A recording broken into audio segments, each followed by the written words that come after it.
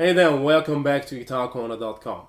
In this video, we're gonna take a very close look at our right hand playing for the first time.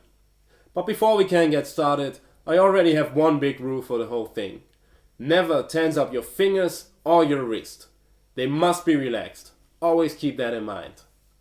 So before you start, take your time to stretch your hands and if they're cold, warm them up. But let's get started. Just hold the pick in your left hand like this at the pointy end. Now place your right thumb on the pick in a way that it sticks out at the other end. You want it to sit right on the middle of your thumb. You want the pick to sit on the softest part of your thumb. That means neither on the tip nor on the bone here. Just right in the middle on the fleshiest part. So the next detail you want to focus on is how much of the pick actually touches the strings and points out of your thumb. Ideally, only about this much, a small fraction of the whole plectrum, should touch the strings. That means that with a pick size like mine, it should point out both ways. If you got this down, you're already halfway there. But let's take a look at what the rest of the hand, especially the index finger, should be doing. When it comes to the index finger, only the last and maybe a tiny little bit of the middle joint should touch the pick. So if you find yourself holding it like that, you're doing something wrong. But let's take a look at how exactly your fingers should be angled behind the pick. So if you held it in front of you like this, and the imaginary line of your thumb is our horizontal orientation, the angle between the last joint of your index finger and your thumb should be around 45 degrees.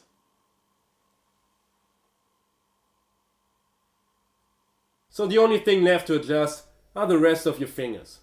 There are basically two ways to do it, and none of them is wrong. Just choose the one you find the most comfortable.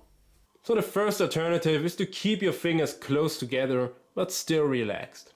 Almost like a very loose fist. The second one is to open up your hand to kind of form that alright sign. Again, your fingers must stay relaxed. And one more side note, the pick is never really parallel to the strings. It's always angled downwards a bit. So I encourage you to pause the video and to repeat that positioning a few times until it feels comfortable. Take your time.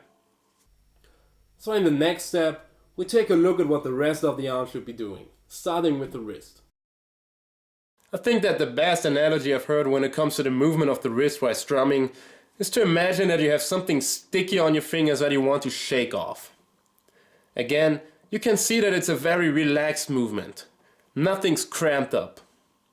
Also try to keep your arm and your hand aligned. Don't strum downwards like this, nor spin your wrist outward. Again, take your time and try to make it work for you. In the last step, we're going to take a close look at what the elbow should be doing. There are pretty much two simple mistakes you can make.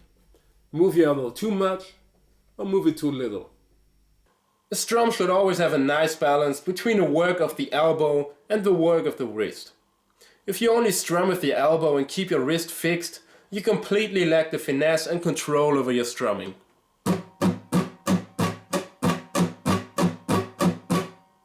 On the other side of the spectrum, if you only strum with your wrist, you find that it will soon hurt and you lack the drive and the punch of your elbow's work. So try to start the movement with your elbow and give it that last finishing touch with your wrist.